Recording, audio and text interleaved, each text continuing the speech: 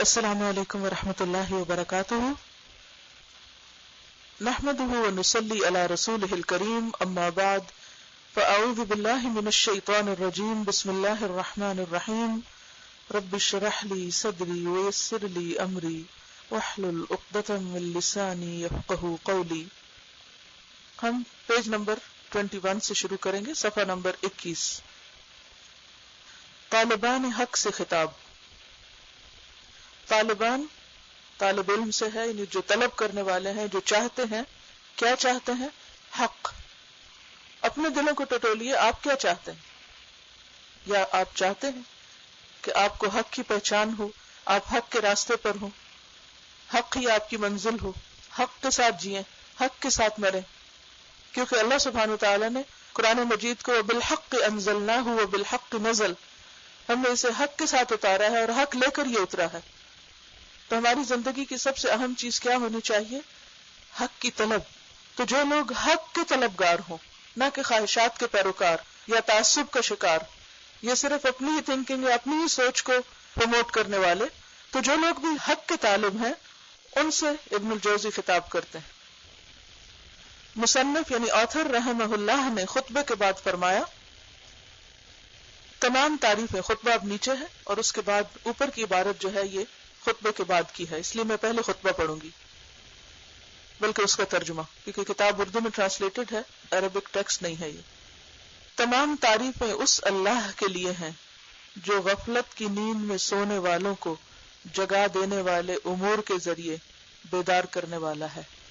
یعنی سب تعریف اللہ کے لیے ہے جس نے ان لوگوں کو جو رات کی نیند نہیں، غفلت کی نیند سو رہے ہیں، ان کے لیے سبب پیدا کیا ہے کہ وہ اس سے جاگیں، ہوش میں آئیں، اپنی غلطیوں کو پہچانیں اور انہیں دور کریں، اور توبہ کرنے والوں کو، یعنی جو بھی توبہ کرے اپنے گناہوں سے، واعظوں یعنی نصیحت کرنے والوں کی نرم نرم باتوں سے، یعنی ان کے اچھے اچھے واعظ اور اچھی اچھی نصیحتوں سے پاک کرنے والا ہے۔ کیونکہ جب ایک واعظ نرمی کے ساتھ واعظ کرتا ہے تو وہ واعظ کیا ہوتا ہے؟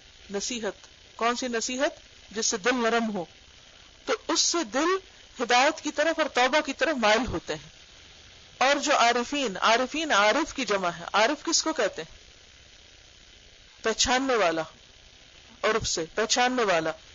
جو عارفین سے کس کو پہچاننے والا؟ عارف کون ہوتا ہے؟ ہر چیز پہچاننے والا، اللہ کی معرفت، اللہ کو پہچاننے والا، اللہ کی قدرت، اللہ کی صفات کو پہچاننے والا۔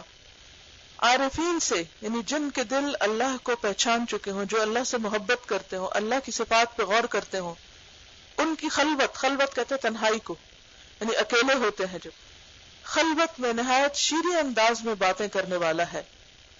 یعنی عارفین جو ہوتے ہیں یا اللہ کی محبت رکھنے والے، ان کے دل اللہ سے جڑے ہوئے ہوتے ہیں، ان کے دل اللہ سے کنیکٹڈ ہوتے ہیں، اور وہ اپنی تنہائیوں میں، اپنی یادوں میں اللہ سے باتیں کرتے ہیں۔ کبھی آپ میں سے کسی نے کی؟ اگر نہیں کی تو کیا کریں، کیونکہ جتنے ہمارے دلوں کے حال وہ جانتا ہے، کوئی انسان نہیں جانتا۔ ہمارے دکھ، ہماری تکلیفیں، ہماری پریشانیاں، ہماری مشکلات، ہمارے راستے کی رکاوٹیں، جتنی اس کو معلوم ہے کسی کو معلوم نہیں، اور ہم اس سے ہر بات شیئر کر سکتے ہیں، وہ کسی کو بھی ڈسکلوز نہیں کرے گا۔ اس کے مقابلے میں جب آپ کسی انسان کو اپنا کوئی سیکرٹ شیئر کرتے ہیں تو ساتھ ہی کیا ہوتا ہے؟ ایک خوف ہوتا ہے، کس بات کا؟ کہیں ڈسکلوز نہ کر دے۔ اور یہ انسان کی ایک بہت بڑی ضرورت ہے کہ وہ اپنے دل کی باتیں کسی کے ساتھ شیئر کرے۔ اب موجودہ دور جو ہے ویسے بھی اتنا مصروف دور ہے، ہر کوئی اتنے زیادہ اپنے کاموں میں اور اتنی مشینی زندگی میں مصروف ہے کہ کسی کے پاس آپ کی بات سننے کے لیے وقت ہی نہیں ہے۔ حتیٰ کہ ماں باپ کے پاس وقت نہیں، بچوں کے پاس وقت نہیں، بہن بھائیوں کے پاس وقت نہیں۔ فاصلے کم ہونے کے باوجود اتنے زیادہ ہو گئے، یعنی بظاہر تو اتنی زیادہ کمیونیکیشن کے ذرائع آسان ہو گئے ہیں، لیکن اس کے باوجود ٹیلی فون، ای میل، ہر چیز موجود ہے، لیکن اس کے باوجود مصروفیت ایسی بڑھ گئی ہے کہ انسان کو انسان سے انس حاصل کرنے کا، حالانکہ انسان کا روٹ ہی انس ہے، انس پانے کا وقت نہیں۔ اور اگر وقت ہو بھی تو عموماً کیا ہوتا ہے کہ اگر آپ کسی کو کوئی بات بتائیں تو وہ اسے الٹا مطلب دے دیتا ہے، آپ کسی کو اپنا دکھ سنائے تو کہتے ہیں صبر کرو، کوئی بات نہیں، سب کے ساتھ ایسا ہوتا ہے. آپ کہتے ہیں میں کیا کہنا چاہتا ہوں، یہ میری بات ہی نہیں سمجھ رہا، تو معاملہ حل ہونے کی بجائے اور زیادہ بگڑ جاتا ہے اور اس سے زیادہ اور پریشانی ہو جاتی. تو جو عارفین ہیں وہ کیا کرتے ہیں، اپنی تنہائی میں، اکیلے پن میں اپنے رب سے، اپنے اللہ سے پیاری پیاری باتیں کرتے ہیں اور اپنے راز شیئر کرتے ہیں. اب یہ کچھ ٹرمز ہیں جو آپ کو اسلامی لٹریچر میں ملیں گی، عارفین، زاہدین اور اسی طرح واعظین. یہ اسلامک جو ہیریٹیج ہے ہماری، جو اسلامک ہماری ہسٹری ہے، اس لٹریچر کے اندر یہ ٹرمز کافی زیادہ استعمال ہوتی. تو چاہے آپ انگریزی میں پڑھیں یا کسی اور زبان میں، ان الفاظ کا معنی پتہ ہونا چاہیے کیونکہ یہ ایک طرح سے ٹرمز بھی ہیں. تو زاہد کا لفظ زہد سے ہے. زہد کا لفظ آپ نے سورۃ یوسف میں بھی پڑھا ہے، وَكَانُوا فِيهِ مِنَ الزَّاهِدِينَ. کیا مطلب تھا اس کا؟ کہ وہ اس کے بارے میں بے رغبت تھے، ان کو کوئی انٹرسٹ نہیں تھا یوسف علیہ السلام سے، انہیں کوئی پرواہ نہیں تھی کہ کتنے میں بکتے ہیں، کیونکہ انہیں قیمت ہی نہیں پتہ تھی. تو زاہد ہوتا ہے جو کسی چیز کی قیمت سے واقف ہو، اور مراد اس سے ہے کہ جو لوگ دنیا کی قیمت سے واقف ہیں کہ یہ مچھر کے پر کے برابر بھی نہیں، تو پھر ان کے دل کیسے ہو جاتے ہیں؟ دنیا کی طرف سے بے رغبت ہو جاتے ہیں. ان کو دنیا میں زیادہ انٹرسٹ نہیں رہتا کیونکہ انہیں پتا ہے کہ دنیا کی کوئی ویلیو نہیں. تو اس ویلیو کو جاننے کے بعد جو کیفیت ان کے اندر آتی ہے، جس کی وجہ سے وہ پھر دنیا سے بے نیاز ہو جاتے ہیں، سب کچھ ہوتے ہوئے بھی نہ پھر ان چیزوں پر ان کو تکبر ہوتا ہے اور نہ ہی ان چیزوں کے پیچھے اپنی جان ہلاک کرتے ہیں کیونکہ انہیں پتا ہے اس کی کوئی ویلیو نہیں.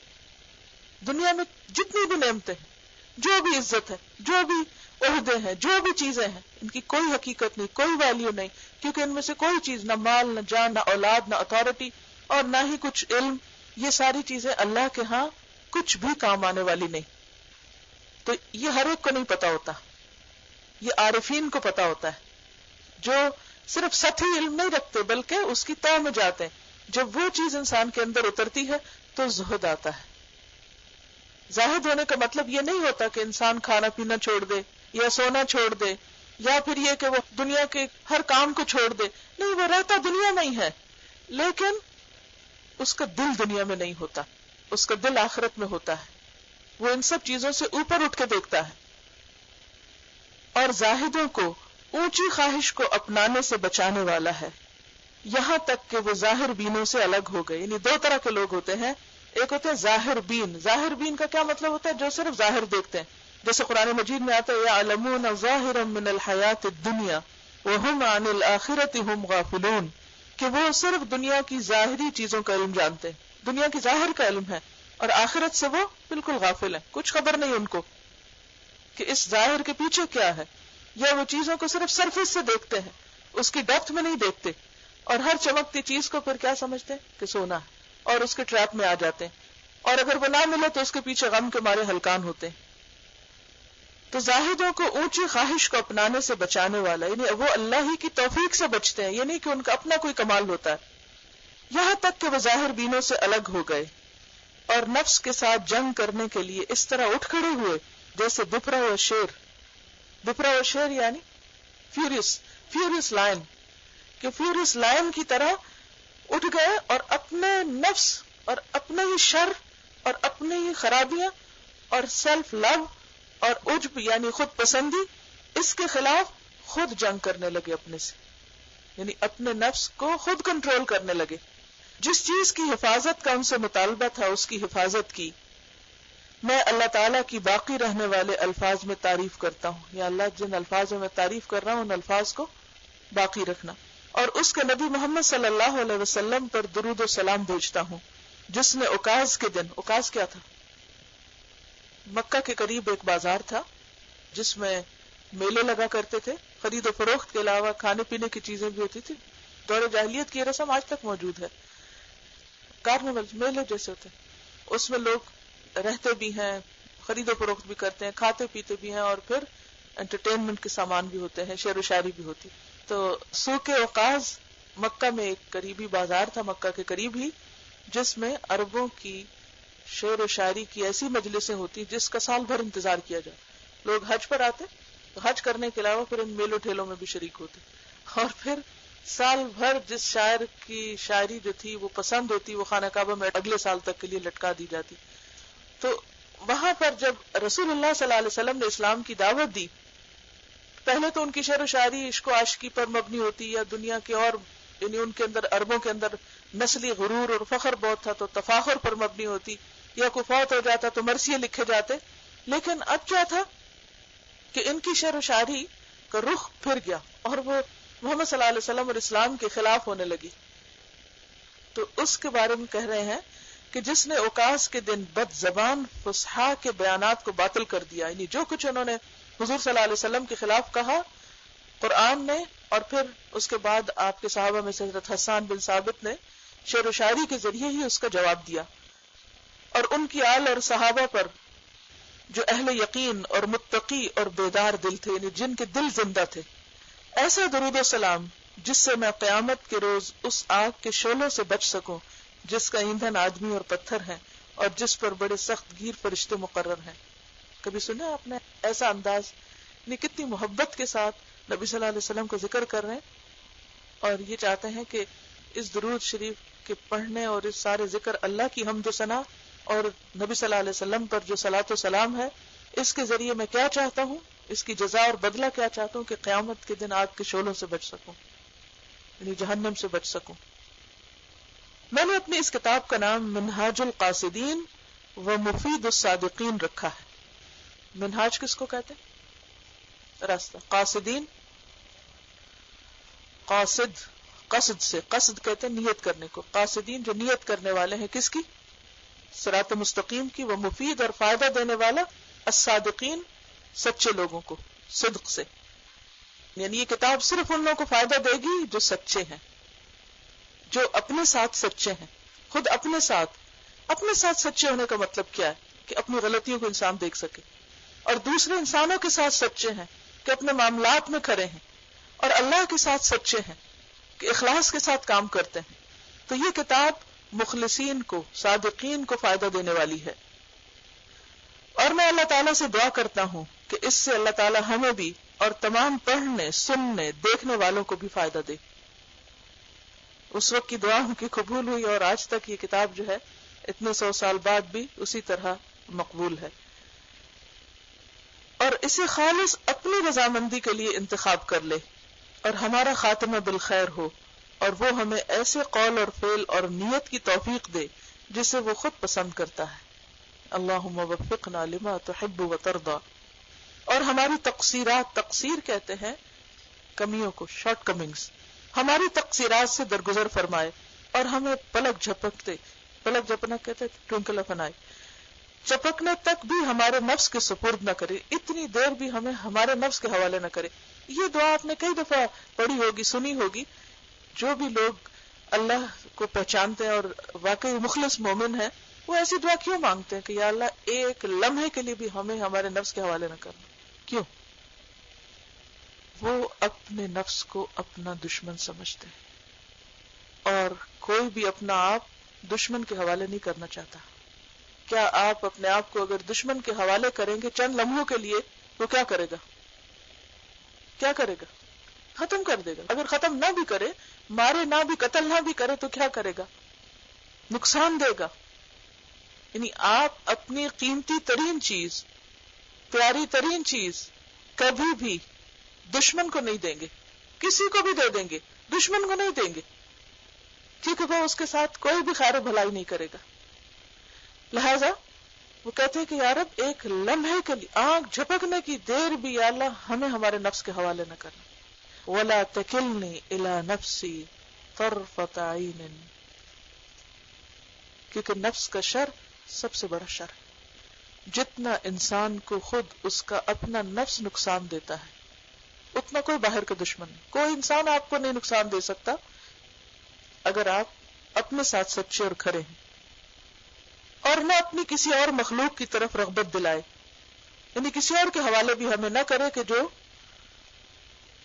ہمارے لیے مخلص نہ ہو. وہی ہمیں کافی ہے. حسبنا اللہ ونعم الوکیل. اور وہی بہترین کارساز ہے. اب وہ اس خطبے کے بعد، یہ عموماً کتابوں کے شروع میں بھی آپ کو ملے گا، جمعے کے خطبے میں بھی، نکاح میں بھی، علم کی مجلسوں میں بھی، عموماً جو ایک مسنون طریقہ رہا ہے کہ خطبے سے کام کا آغاز کیا جائے. مختصر خطبہ کیا ہے؟ نحمدہ ونصلی، یا ان الحمد للہ، اور پھر صلی اللہ علیہ وسلم، کیونکہ خطبے میں دو چیزیں مسٹ ہے، ایک اللہ کی تعریف اور ایک محمد صلی اللہ علیہ وسلم پر درود. لیکن آپ نے دیکھا کہ جو لوگ حرم میں جاتے ہیں حج اور عمرے وغیرہ کے لیے، جمعے کے خطبے سنتے ہیں یا عید وغیرہ کا خطبہ آپ نے سنا ہوگا، ہر دفعہ جو خطیب ہے وہ نئے سے نئے انداز میں اور خوبصورت سے خوبصورت طریقے سے خطبہ بیان کرتا ہے کہ خطبہ اس آغاز، اور اس سے وہ مجلس کو اللہ کی طرف متوجہ کرتا ہے، اللہ کی محبت ڈالتا ہے وہیں سے، اور محمد صلی اللہ علیہ وسلم کے اوپر درود شریف. لیکن اگر کسی کے پاس وقت نہ ہو تو جو بھی درس و تدریس کا کام کیا جائے اس کے شروع میں مختصر ترین خطبہ کم از کم ضرور دہرایا جائے. بسم اللہ تو اپنی جگہ ہے ہی، لیکن کوئی مجلس جس میں اللہ کی حمد و ثنا نہ ہو اور جس میں محمد صلی اللہ علیہ وسلم پر درود نہ بھیجا گیا، وہ مجلس قیامت کے دن حسرت ہوگی. تو خواب علم کی مجلس ہو، دین کی مجلس ہو، لیکن ضرورت کس چیز کی ہے کہ انسان ان دو چیزوں کو نہ بھولے. مصنف رحمہ اللہ نے خطبے کے بعد فرمایا، اے عزم بالجزم. عزم کیا ہوتا ہے؟ ڈٹرمنیشن. اور جزم کیا ہے؟ پختہ، جازم. اے عزم بالجزم، یعنی جس نے پکا ارادہ کر لیا کہ وہ اپنی اصلاح کرے گا اور حق کو طلب کرے گا. رکھنے والے صادق مرید، میں دیکھتا ہوں کہ تو نے اپنے نفس کو آمادہ کیا ہے، تو نے اپنے آپ کو تیار کیا ہے کہ دنیا کی فضول چیزوں کی مشغولیت سے الگ ہو جائے. یعنی تم چاہتے ہو کہ اپنا وقت صحیح طور پر استعمال کرو اور اپنی توجہ آخرت پر مرکوز کر دے، یعنی آخرت کو اپنا گھر بنا لے. اس لیے کہ تو جانتا ہے کہ مخلوق کی صحبت پراگندہ کرتی ہے. یعنی جتنا زیادہ لوگوں میں بیٹھو گے اتنے ہی خیالات بھٹکیں گے اور طبیعت کے اوپر ایک بوجھ آئے گا اور ایک پریشانی لے کے اٹھو گے. اکثر ایسا ہوتا ہے نا کہ جب آپ کسی مجلس میں ہوتے ہیں، کوئی میٹنگ ہوتی ہے یا کوئی شادی کی مجلس ہے یا گھر میں بھی بعض اوقات بیٹھے ہوئے ہیں، تو اس وقت تو بہت مزہ آ رہا ہوتا ہے، خوب باتیں ہو رہی تھی ادھر کی. لیکن عموماً کیا ہوتا ہے جب آپ وہاں سے اٹھ جاتے ہیں تو پھر کیا ہوتی ہے دل کی کیفیت؟ کبھی ایک کی بات چپتی ہے، کبھی دوسرے کا خیال ہے اچھا فلاں نے یہ کیوں کیا تھا، یہ بات ایسی کیوں ہوگی، یہ تو مجھے اب سمجھ آئی. اور اس کے بعد کیا ہوتی ہے طبیعت پراگندہ. پراگندہ کا کیا مطلب ہوتا ہے؟ یعنی چین اٹھ جاتا ہے بندے کا اور ذہن میں خلل آ جاتا ہے اور انسان بوجھل ہو جاتا ہے. اور نفس کا محاسبہ نہ کرنا ہی تقصیرات کی بنیاد ہے. یعنی غلطیاں کیوں ہوتی ہیں؟ کیونکہ ہم اپنے نفس کا خود حساب نہیں کرتے، اور ہمارا حساب کوئی اور کر بھی نہیں سکتا، ہمیں خود ہی کو کرنا ہے. زندگی کو بامقصد نہ بنایا جائے گا تو ایک دن موت اسے آ لے گی. یعنی پھر ٹھیک ہے نہیں کوئی مقصد زندگی میں اور نہیں کچھ کرنا، تب بھی کیا ہوگا؟ مرنا تو ہے ہی.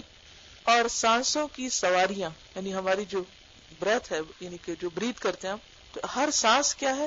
ایک طرح سے ایک سواری ہے. سواری کس کو کہتے ہیں؟ رائڈ. سانسوں کی رائڈ جو ہے سوار کو، اور سوار کون ہے؟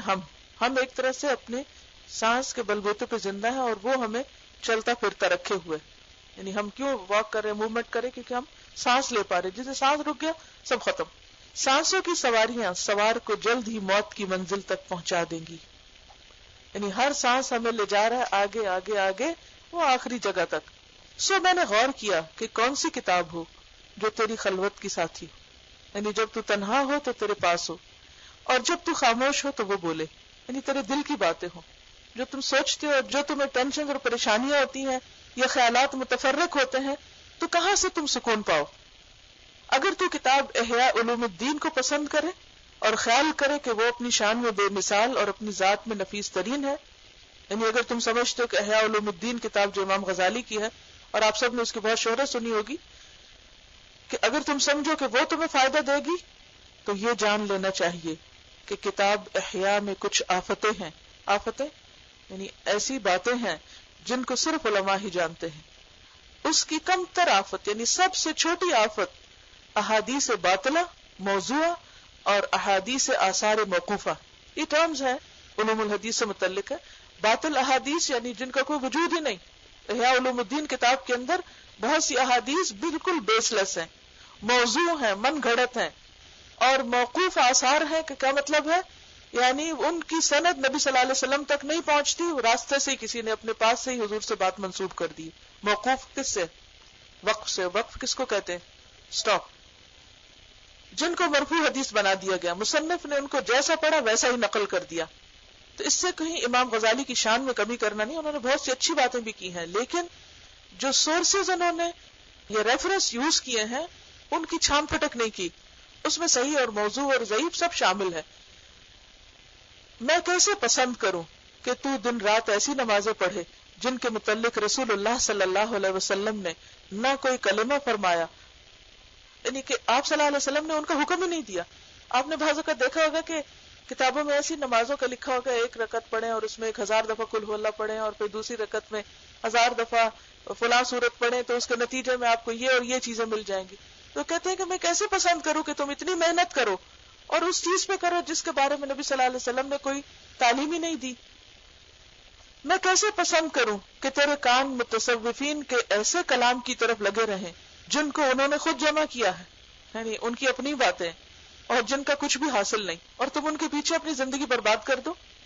مثلا فنا اور بقا کے مباحث، یعنی فنا فی اللہ اور بقا یعنی باقی رہنا، اور بھوکا رہنے کا حکم دینا، بغیر ضرورت کے سیاحت کے لیے نکلنا، اور بغیر خرچ کے جنگلوں میں جا کر بیٹھ جانا، یعنی یہ وہ چیزیں ہیں جن کے ہمارے دین میں کوئی وجود نہیں.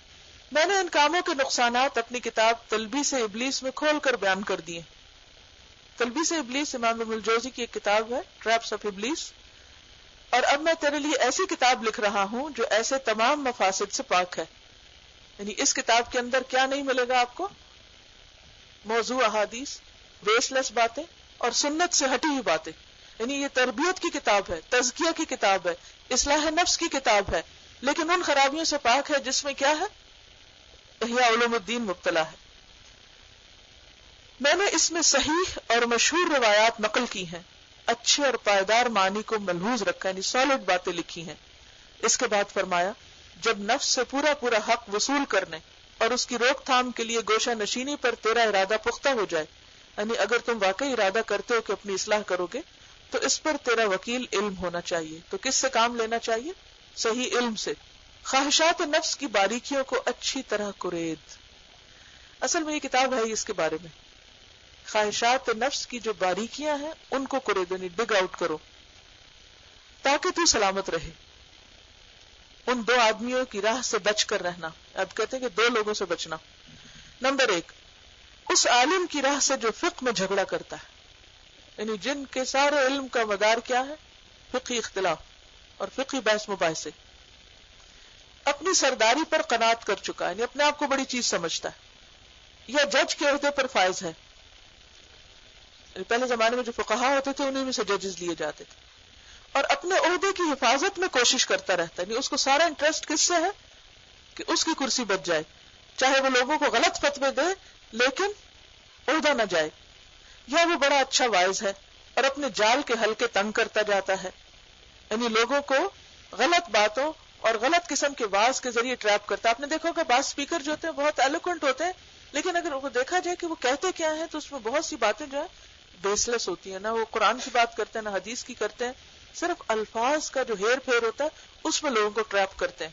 تو کہتے ہیں ایسے لوگوں سے بچ کے رہنا جو صحیح علم نہ دے لیکن لوگوں کو صرف اپنی جو خوش بیانی ہے اس سے متاثر کر کے اپنے پندے میں پھنسا لے. دوسرے اس زاہد کی راہ سے جو اپنی جہالت میں اپنی فاسد رائے کو سند بناتے ہیں. یعنی ایک تو عالم ہے، دوسرا کون ہے؟ جاہل ہے، لیکن اس کے اندر زہد ہے، دنیا سے بے رغبتی ہے. اپنے ہاتھوں کو بوسہ دینے والوں کو عزیز رکھتا ہے، یعنی جو اس کے ہینڈز کس کرے صرف انہی کو پسند کرتا ہے. اور اپنی ذات کے بابرکت ہونے کا عقیدہ رکھتا ہے کہ میں بہت نیک ہوں اور میں جہاں جاؤں وہیں مبارک ہوں. جیسے حضرت عیسیٰ علیہ السلام نے کہا نا کہ وَجَعَلَنِي مُبَارَكًا أَيْنَمَا كُنتُ، تو یہ بھی یہ سمجھتا ہے کہ میں بھی مبارک ہوں. اور اللہ کی شریعت اور نبی صلی اللہ علیہ وسلم کی سنت چھوڑ کر اپنی خواہش پہ عمل کرتا ہے. یعنی قرآن اور سنت سے اس کا کوئی سروکار نہیں، ساری باتیں کیا ہے؟ بس اپنے مرضی کا دین بنایا ہوا ہے اور اس میں بظاہر نیکی اور تقوی کا لبادہ اوڑھا ہوا ہے. یہ دونوں صحیح راہ سے بھٹکے ہوئے ہیں اور گودے کو چھوڑ کر چھلکوں پہ قناعت کر چکے ہیں. گودا کیا ہوتا ہے؟ جیسے بادام ہوتا ہے نا، تو ایک اس کے اندر کا حصہ ہوتا ہے جسے کھایا جاتا ہے، اور دوسرا کیا ہوتا ہے؟ باہر کا چھلکا ہوتا ہے، شیل ہوتا ہے اس کا. Flesh versus the peel. تو وہ کیا ہے؟ پیل کے پیچھے پڑے ہوئے اور جو اصل چیز ہے اس کو پھینک رہے ہیں بیکار سمجھ کے. تو کہتے ہیں کہ یہ لوگ جو دین کی روح ہے یا اصل ہے یا جو لینے والی چیز ہے، پکڑنے والی چیز ہے، اس کو تو یہ لیتے نہیں اور باقی اوپر اوپر کی چیزوں کے پیچھے لگے ہوئے ہیں۔ یہ مبتدی لوگوں، مبتدی ہوتے ہیں۔ اب تو آپ کو اتنی عربی آ جانی چاہیے، اس میں بہت سے لفظ ایسے جو اردو کے مشکل لگیں گے، اصل میں عربی کے ہیں وہ۔ مبتدی ابتدا یبتدی سے ہے، ابتدا کرنے والے۔ مبتدی یعنی جو بگنرز ہیں، یہ بگنرز لوگوں کو اپنی ظاہری آب و تاب سے دھوکہ دیتے ہیں، یعنی جو نئے نئے دین میں آتے ہیں ان کو کچھ چیز ایسی چاہیے ہوتی ہے کہ جس سے وہ اپنی سیٹسفیکشن کریں، تو وہ ان ظاہری چیزوں کے ٹریپ میں آ جاتے ہیں۔ ان کا طریقہ سلف صالحین کے طریقے سے، جو کہ استقامت اور سلامتی کا طریقہ تھا، بالکل الگ ہے۔ میں اس کتاب میں انشاءاللہ تعالی سلف صالحین کے واقعات درج کروں گا۔ یعنی انسان کی ضرورت ہے زہد اور اللہ سے تعلق اور اللہ سے محبت، لیکن اس کی بنیاد خواہشات پر نہیں ہونی چاہیے کہ جیسے جو آپ کو دل چاہے اسے آپ دین بنا لیں۔ اس کی بنیاد کس پہ ہونی چاہیے؟ قرآن پر، سنت پر، اور صراط الذین انعمت علیہم پر، جن میں صحابہ کرام اور ان کے بعد تابعین اور تبع تابعین ہیں کہ انہوں نے قرآن کو کیسے سمجھا اور کیسے عمل کیا اور ان کی عملی زندگیاں کیسے تھیں۔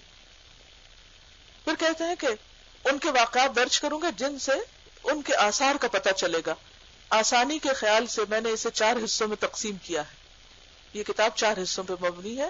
پہلا حصہ عبادات کے متعلق ہے، دوسرا عادات کے متعلق یعنی ہماری ہیبٹس جو ہوتی ہیں، تیسرا مہلک یعنی ہلاک کرنے والی، ڈسٹرائر چیزوں کے بیان میں ہے، چوتھا نجات یعنی کن چیزوں سے انسان کی بچت ہوگی، بخشش ہوگی، اور وہ بخشش کے تذکرے میں ہے۔